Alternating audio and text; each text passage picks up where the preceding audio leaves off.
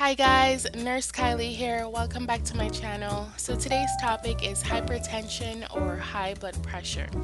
This is a common condition in which the long-term force of the blood pushing against the blood vessels is consistently too high.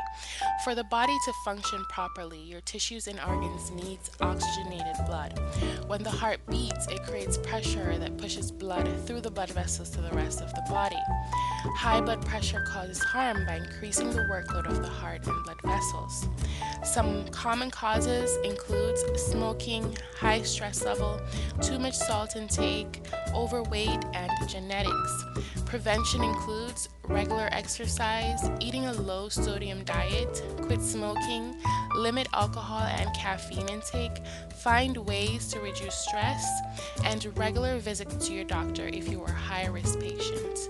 Don't forget to subscribe, like, and share this video, guys. Thanks for watching. Bye!